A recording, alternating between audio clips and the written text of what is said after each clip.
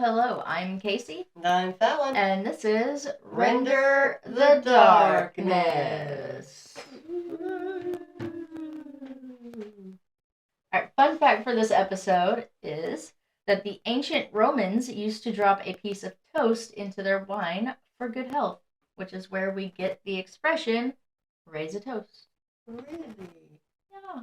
That's pretty cool. What kind of health benefits they got from it? I don't know, but I would just like to know. But of course, it's cool because all of my fun facts are cool. Yes, they are. Okay, so this is the last part of the murder of Larry McNabney. I do want to start off by saying that in part one, I was incorrect on the author's name of Cold Blooded, the book that I was able to attain a lot of my information from. The actual name is Carlton Smith. So I apologize for that mistake. Now, again, if you would like more information, there are a lot more details in that book, and I'll link it in the show notes again. Are you telling me you're human? Yeah. Since when? Since we had to restart this episode. Oh. You remember that, don't you? I do. I remember that. It's almost like it was 5 seconds ago. I know. Crazy, right? Time. You can never tell how it's gonna go. Yeah. So. Welcome back. We're not restarting it again. Whatever faults I have, we will just stay with this time. And just accept that you're a human and move on with your day. Yeah, but I seem to mess up a lot more than you do. Well, I talk a lot more than you. I'm also louder. I got to do with me messing up my words. Well, because I have like a more boisterous speech pattern than you do. So you don't say things as boldly as I say things, so the words don't come out the same. Like, it's easy for you to run your words together because you don't speak as sternly as I speak. Does that make sense? It sounds like you're trying to say that I talk too fast. No. What I'm trying to say is that there's a difference between people who kind of, they speak kind of like shyly speak, because you're kind of a shy speaker. You're not a bold and blunt speaker like I am. And there's a difference between people who speak shyly and people who speak boldly and bluntly. Me, I am really bad about, I want to make sure you understand what I'm saying because I usually have a point to make and I want to make sure that you're comprehending and getting the point. And I also hate repeating myself. So, you don't ever have that problem because you're not a confrontational person like I am. So you don't ever have to practice that form of speech because it's not a situation you find yourself in a whole lot. Therefore, it's a speech pattern that I've practiced and you haven't. That's all I'm saying. It's not an insult. It's a compliment. We just have two different patterns of speech because we've been in different scenarios throughout life. And we have two different personalities. All right, I will accept that explanation. I'm loud and obnoxious and you're soft and coy. I'm going to say that. Okay, so the last that we left you, we were talking about how Elisa, a.k.a. Lauren, was stealing money from the client's trust account and how Larry found out about it and that Lauren left the property to stay at a friend's house. So even after all of the financial trouble that Lauren had caused on multiple accounts, for some reason, Larry would marry her on January 6, 1996. Oh, Larry, what are you doing? Are you paying attention? None at all. No, not at all. Larry. And of course, it didn't take long for the money to start dwindling away again. Oh, go figure. See what I did there? Go figure. Because the money was... Lauren's daughter was staying with them for a couple of weeks, and she would say that they were always fighting, and Larry was drunk all the time. So she decided to get an apartment with her boyfriend, but because she was only 16 at the time, Lauren had to fill out the lease, which she did in the name of Sarah Dutra, who was a 21-year-old student who would actually be a large part in the mystery of Larry's murder. Now, Sarah Dutra was born August 14th, 1980, to Mark and Karen Dutra from Vacaville, California. She was a pretty smart kid, and in her senior year, she was voted class president. She was an honor student and was part of the swim team. Now, people thought that she would go on to do great things. Now, there was a part of her life that she was embarrassed about, and it would create a disdain for men throughout her life. and it would form a tight bond between her and Lauren when the tragedy happened in 2001. This part of her life was the fact that her dad embezzled $140,000 from the Evangelical, I think, Free Church in 1995, and he would avoid prison by paying the money back and served 500 hours of community service. In January 2000, Sarah would fill out an application for Larry's firm for a receptionist.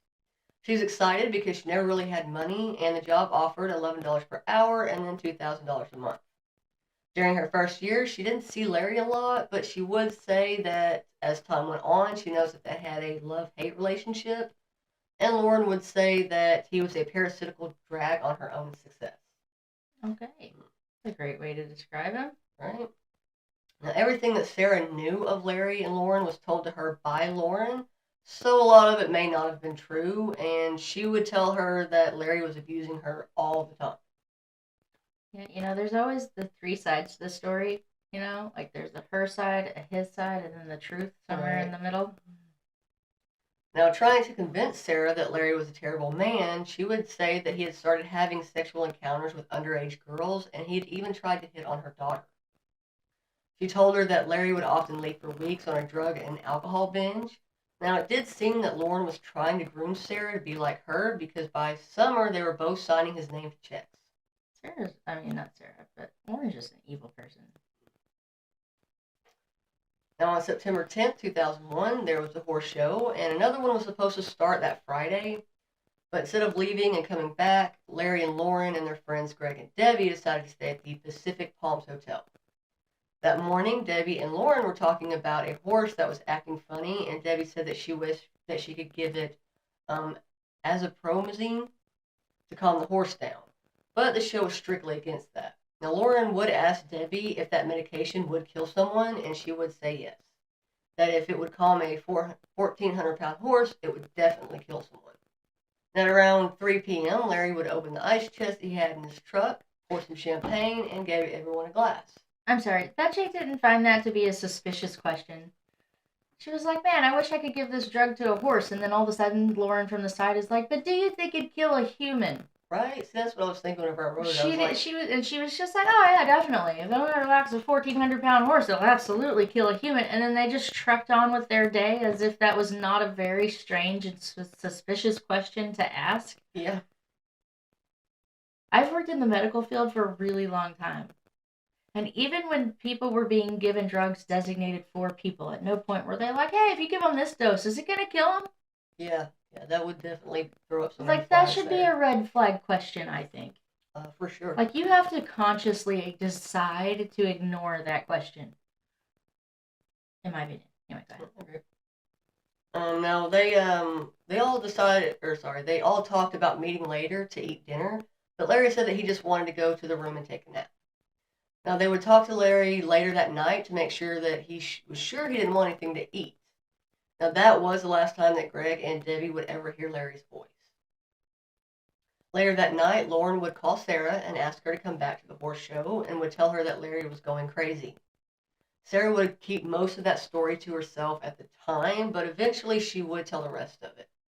She would say that Lauren kept going back to the room to check on Larry, and she said eventually that she went back up to the room with her to see if he was still in the room and what he may have been doing. And she heard a lot of commotion in the room and heard Larry say that he was going to kill Lauren. Lauren came out and claimed that he had kicked her, and she showed Sarah her back. Lauren would tell Greg and Debbie that Larry had left, and Sarah would back up that story. Mm-hmm. But when they went back to the room, Larry was there. And Lauren would tell her that they had to do something about him. Now, she asked Sarah to help her take Larry out to the car, but because he was so intoxicated, they had to use a wheelchair that they would have to go and rent. And she told her that they were going to go to a different hotel. This is all very, at no point was Sarah like, this is weird. Yeah, I mean...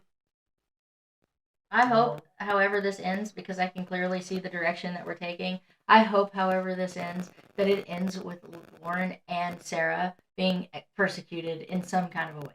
Yeah. I hope Sarah doesn't get off scot-free, because she clearly knew what the intentions here were. She clearly knew she was assisting in something foul play related in this situation. Yeah. You just have to wait till the I'm end. gonna wait till the end, but I'm just saying, like, there's clearly something suspicious happening here. Now, Lauren had her drive them to the barns by the hotel and told her that she was going to take Larry to the hotel and come back. But she actually had her pull up really close to Greg's horse trailer. Now, when they left, Sarah would ask Lauren what they were going to do about Larry, and Lauren said not to worry about it. Sarah looked in the mirror and seen that he had toppled over, and he looked pretty dazed. Now, Lauren had her get onto the San Bernardino freeway interstate going east. Hopefully I said that correctly. San Bernardino. Thank you. You're welcome. After a while, Sarah asked, quote, "What's going on?" And Sarah said, quote, "For your own good, you should forget you ever saw Larry today. He was never in this truck." Now, as the day went on, Larry would periodically ask for something to drink, and Lauren would hand him a bottle of water. I couldn't get that out. He would drink some of it and lay back down. Now, sometime after dark, they pulled into the Woodbridge development, and Lauren told Sarah that she was going to get him to bed, and the two helped Larry, who was staggering pretty badly, to the house. Now, Sarah received a phone call from her boyfriend, and he would tell her that her parents went to her apartment and took her dog and her BMW. Uh-oh. Yeah. Now, upset, she told Lauren, and Lauren told her to take the truck and get the dog and come back. Now, Sarah came back around 1:30 a.m., and Lauren was waiting for her. Sarah asked where Larry was, and she told her, quote, "Don't worry about it. Just don't worry about it." Uh-oh. Now, Sarah would say that she didn't know anything else about what happened to Larry. But, of course, she knew a lot more than she admitted. Oh, of course. Now, I'm just going to put this out here. We're talking about, in this next section, horse calming drug, and the reason why I say it's horse calming drug is because I cannot say the correct term for it's trank. No, it's trank. Oh, she can't say the word tranquilizer. So I call it a horse calming drug. Never been able to say the word tranquilizer. I just can't do it. It's hilarious. We should, everybody, I wish we were live so I could be like, everybody vote on whether she has to say the word tranquilizer or not. We wouldn't go anywhere because I would never, I mean, if I break it up, if you had me break it up, I can do it. Like you had to say this, I'll say it, say this, I can say it. I can't put it together. It's just my brain and my mouth won't do it. So that's why I say horse calming drug. She means tranquilizer. Yes. So when she says horse calming drug, I'm going to say tranquilizer. Okay, so on Monday, September 10th, Lauren and Sarah had injected Larry with a horse calming drug tranquilizer called xylazine. Now, when they were at the hotel, which was found when the autopsy was performed, the toxicology report came back with results of the amount found in Larry's system. There were 8 milligrams per liter of blood. Holy crap. Yeah, which is a very large amount because one woman actually died with only 3 milligrams. So Larry had 27 times the amount needed to be a lethal dose. Good night. Now, what's even crazier was that there was 69.2 milligrams per kilogram in Larry's liver. Oh my gosh. And some people have died with only 0.26 milligrams per kilogram. I'm going to go out on a limb and say Larry did not kick that woman. He was probably way too drugged up to have the ability to kick that woman. Yeah, I'm going to agree with you on that one. So, again, he had 270 times that amount in his liver. Oh my goodness. Yeah. I can't believe he lived as long as he did. I know. In her confession later, Lauren said that they drove to Yosemite National Park to bury Larry, but he actually hadn't died yet. So they took him back to Sacramento, feeding him dose after dose of the medication. Oh my gosh. This poor dude. Now, unfortunately, Larry would die the next day. They would later take his body to a winery that was close by and bury him in a shallow grave near Linden, California on February 5th, 2002. These women are monsters. Now, by the time his body had been found, Lauren had drained bank accounts and fled. The hunt for Lauren was now underway. I'm sure Sarah was with her. No? Now, on January 10th, 2002, Lauren's daughter picked her up and they would meet a man and stay in his condo for about a month and a half. The couple got into an argument and he evicted them. Now, knowing that the police were looking everywhere for her now, she knew that they had to leave. So Lauren used her charm and met a man at a restaurant that owned a dry cleaning business, and she convinced him to take her home. While he slept, she took $600 in cash, some of his credit cards, and the keys to his truck, got her daughter, and crossed the Georgia state line. Now, driving the stolen truck, she called a taxi for her daughter to take her back to her friend's house in Fort Walton Beach. Lauren actually told her daughter the truth about what she had done to Larry the night before. After hearing what her mother had said, she made her promise to call her if she ever thought about taking her own life. Lauren wrote to her daughter an 8-page letter that would basically tell her that, not to go down the same path that she did. In the letter, she would tell her that she wasn't strong enough to face consequences of what she had done, and now she didn't have to worry about running because she planned to end it soon. After she was done with the letter, she went to the beach. She planned to swim out until she was so tired she couldn't swim anymore, and then she would be too far out to turn around. So she started walking to the ocean. Now, the police had Lauren's daughter under surveillance, and when the taxi pulled in, they grabbed her and went to the house. Her daughter said that she was worried her mother was going to hurt herself, and they had asked where she was last. And she said that she was at the Winn-Dixie store. The police located Lauren's truck, and they fanned out to look for her, and she was finally arrested a little before 10:15 p.m. on March 18th while she was smoking her last joint. Okay. At 11:45 p.m., the police started to interview Lauren. Apparently, her intention at the time was to get the two investigators to feel bad for her, so she started to talk about Larry and made him sound pretty terrible, which a lot of what she said wasn't true. Woman is just boundless. Like, she just has nothing she won't say. Yeah. Now, Harker from the FBI asked the majority of the questions, and after he found out her identity as Elisa McNabney, that was wanted on a felony warrant, she would tell him that her real name was Lauren Renee Sims Jordan, and she was from Brooksville, Florida. She said that she had been on the run for 9 years, and that when she saw the police searching the beach, she knew it was over. She said, quote, "I knew something had to happen. Either I need to put a bullet in my head or I needed to deal with it. And did I kill my husband? Yes, I killed my husband." Now, she claimed that he had a problem with substance abuse as well as alcohol, and when they were doing good, he would actually leave for days at a time. She said that Larry started to put his hands on her on July 2nd, 1995, and that he would threaten that if she ever left him, they would take her daughter from her. She claimed that the drug use had gotten worse by the summer of 2001, and she said that she had bought him a horse to hopefully keep his mind off of the drugs. And she said that he had actually stolen $10,000 from the client trust account, and throughout the next year, he continued to steal from that account to pay for his habit. She claimed that he hired a woman named Sarah Dutra as his secretary, and she would actually ask if she was in jail in California, and they said they didn't know where she was, but she wasn't in jail yet. Well, here's the thing about you being a murderer. They don't usually believe a lot of the things that murderers say. Yeah. When it comes to victim blaming and victim shaming. Agreed. Like, she wasn't even trying to claim that this was really self-defense. She was just trying to claim, like, hey, he was an asshole. He deserved it. I think a lot of it, too, is, like, he was constantly abusing her. So she claims. That's what she claims. Yeah, so she claims. Now, she went on to say that they had gone to the horse show and stayed at the hotel for about 11 days, that Larry would start drinking at 10 in the morning and claimed that one day he held her dog out of the 9th-story balcony, saying he was going to kill it, but he brought it back inside and proceeded to assault her. She said that Sarah was supposed to be there that day, and it was the day that actually Sarah had said that they should kill Larry. Now, Harker asked her, quote, "So Sarah's idea or your idea?" And she said they both talked about it, and she said, quote, "What are we going to do with him? We couldn't send him back to rehab. He's going to bust out. We got to get the business straightened out. We have so much stuff we have to do, and I was dealing with a jeopardized past anyway, and I didn't want to attract attention." So she's kind of blaming Sarah now. Yeah. Now, she gets to the morning of September 12th, and it's 6 in the morning, and at this time, Larry has died.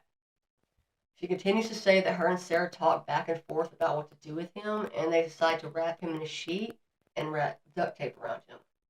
They dragged him to a refrigerator that was in the garage and put Larry inside. They both left, and the next day she called Sarah and asked her to go and check on Larry, and Sarah would tell her that she actually had already gone to the house and that Larry had fallen out and she had to put him back and duct tape the whole refrigerator to keep it shut. The next day they would tell everyone that he had gone back to the cult. On December 12th, they talked about it and determined it would be best to take Larry to Las Vegas and drop him there. She said that they had put him in the trunk of their car and left. That first night, Lauren went looking for a suitable place to bury him, but wasn't able to find one. The next night, she found a place and started digging, but stopped, went back to the hotel, and told Sarah she couldn't do it. So they came back Sunday, and Sarah would say that she had to bury him that day. So Lauren decided to bury him in a vineyard, and then went all over town to get rid of his clothes and shoes in different dumpsters. At 2:20 a.m. on March 19th, Parker wrote out a statement, and she would sign it. Now, Detective Deborah Scheffel and 4 other detectives got to Sarah's apartment a little after midnight. She wanted to talk to Sarah again before she had the chance to see Lauren's statement. She would tell her about Lauren being arrested and said that she needed to tell the truth because her and her daughter were talking. Now, Sarah was wondering if Lauren was trying to put the blame on her, and the detective said that she didn't know what she really had said yet, but they were talking, and it would be in her best interest to tell the truth. Now, the detective would continue to ask all kinds of questions, and Sarah would eventually tell her that Lauren asked her to go upstairs, and she would ask her why, and Lauren would tell her that Larry was dead. She said that they should call the police, but Lauren told her if she did, she would end up like Larry. She claimed that she made her help put Larry's body in the refrigerator, and a little after 3 a.m., Sarah was read her rights, and she would waive them. And she would say that was the last time that she actually saw Larry's body was in the garage at the house. The detectives thought that the women had talked about the murder prior, and if they could get Sarah to admit that, then they could get Lauren for first-degree murder and possibly Sarah too. Sarah would claim that they may have talked about it before, but it was never serious. The detective started preparing her to go back to her apartment, and Sarah was now her star witness against Lauren. Now, back in Brooksville, Lauren met with their family lawyer and told him about her and Larry's marriage. She would tell him that he would constantly assault her, so her lawyer, Tom Hogan, started to think that she had a defense. On March 29, 2002, she wrote Hogan a letter basically saying that even though she had a good reason to do what she did, she would still go to jail for the rest of her life. So she asked him to protect her daughter and, if needed, to become her guardian. Then she asked that he tell her that she didn't want her to bear the burden of her mother being in jail for the rest of her life. Just to put a content warning here, there is mention of self-harm and unaliving. Lauren then started talking about how the prison wasn't doing its job, that they weren't watching her. She would say that they had handled cases before where someone died in prison and the prison was held liable and had to pay $50,000. She said that, quote, I don't believe CCA would be included in the governmental cause. She would go on to write that if she died in Florida jail, that they would be able to probably get more than $50,000. She would say that she wasn't strong enough and that her dad wouldn't understand that it was for the best. She would include in the letter all of the things that the prison wasn't allowing her to do in order to make for a better lawsuit. Then she closed the letter with, quote, P.S. Tell my parents I love them. That night, Lauren used strips that she tore from her bed sheets to make a rope, threaded it through the air vent, and hung herself. She was taken to the Brooksville Regional Hospital, but she would die the next day. Now, on January 6, 2003, Sarah's trial began, and Lauren's death, on one hand, hindered her because now she was the only one to face justice. But on the other hand, the only real evidence against her was the testimony from Lauren. Now, she would tell her story, and by the end, the jury would agree that there wasn't any real evidence that she wanted to murder Larry. There was the charge of an accessory after the fact on the table as well, and that was pretty solid, since she had admitted helping put Larry's body in the refrigerator on tape. Now, it took the jury 3 days to deliberate. The 6 men and 6 women were divided on the first-degree murder charge. The men thought that she was innocent, but the women didn't. How in the world did they think she was innocent? Anyway, all right, go ahead. The whole jury system just drives me crazy. Yeah. I mean, it just got regular, common old folks that are picked out of a hat, a random draw, to be the members of this jury. Anyway, yeah. Sorry, that's a soapbox for another time. No, you're fine. So they would actually deliberate on second-degree murder with intent to kill without premeditation, but again, they were deadlocked. Finally, they decided to consider voluntary manslaughter because she didn't do anything to help Larry in the situation, and they found her guilty. The next month, the San Joaquin County Supervisor Court Judge Bernard J. Garber gave Sarah the maximum sentence that he could under the law. She was sentenced to 11 years in prison. That's it. 11 years. That's it. So that is a story of the tragic murder of Larry McNabney. Where essentially no justice was served. Well, I mean, Lauren took the coward's way out. yeah, I mean, if you look at it that way, I mean, but I'm just saying she's no longer here. I mean, yeah, So. but that was by her own choice. Yeah, Larry didn't get to choose if he wanted to be here or not. Yeah. You know, at least when somebody gets sentenced, like the penalty of the death sentence or whatever, it's not typically their decision. Right. At least it's a decision in the hands of somebody else, which is essentially what murdering someone is. It's another, death of a person at the hands of somebody else. Yeah. Well, at least when a jury decides it, it's some kind of justice in that, because you're taking it out of their hands and you're giving it to somebody else who gets to make that decision. The same kind of concept of whatever crime they committed that resulted in someone's death. Right. When she chooses to kill herself, there's not really any justice in that, because it was still in her hands. It was still her decision to make. She got to choose that, which is more than Larry got. Yeah, I mean, I agree. I mean, I feel like there wasn't really any justice here in this case at all. Yeah, no. Poor Larry. Yeah, I bad for him. I feel bad for him, but at the same time, it's like, bro, there were so many red flags. And I'm not saying there were any red flags that should indicate to him that she might kill him one day. Yeah. But certainly red flags that marriage was not the right route to take. Yeah, I agree on that one. I mean, he made some bad decisions, but I mean, like I said, in that book, there's a lot more detail, and he gives a lot more of the story. And yeah, I don't really think she was telling the truth about a lot of what she was saying Larry was doing. Oh yeah, no, I don't believe what she was saying either. I don't believe he was abusive to her at all, at least not physically. Yeah. Which, I mean, in the book, the only thing is like, I didn't really see, I mean, I may have accidentally glanced over it, I'm not 100% sure. I didn't really see the reason for her to kill him. Yeah, like why she actually did it. Did he have some kind of like a life insurance policy? Was she going to be left with the company that she thought she could maybe take in a different direction and start making money her own way? She just wanted to wipe out the bank accounts without having a thumb on top of her.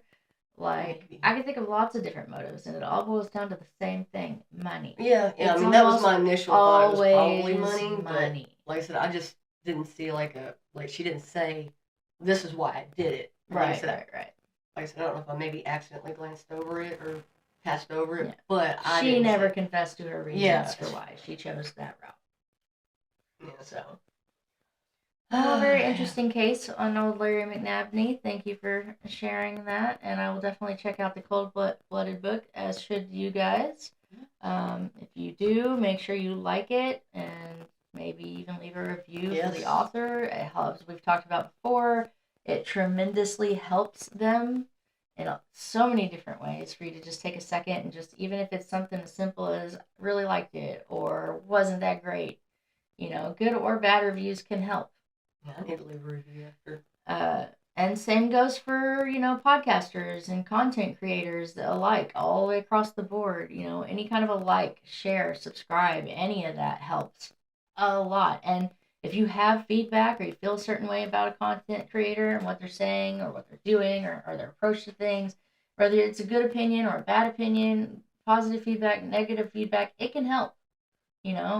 It's kind of like I always tell my husband, if I make something and it tastes bad, don't tell me it tastes good, because I'm going to keep making it bad, because you told me it tastes good, so I'm going to assume that's the way you want me to do it. Right. Yeah. It's kind of the same concept as that. So, any feedback is potentially productive feedback for the creators and for the authors and producers and writers and such. So, if you have it, feel free to throw it that direction. To whoever. Other than that, that's our time, and thank you so much for hanging out with us today. We really appreciate each and every one of you. And the next one that I do will be one part, I promise. But make sure that, like I said, if you got a second and you like what we're doing, please subscribe, like, share. Please. For now, we are Render the Darkness. Bye, guys.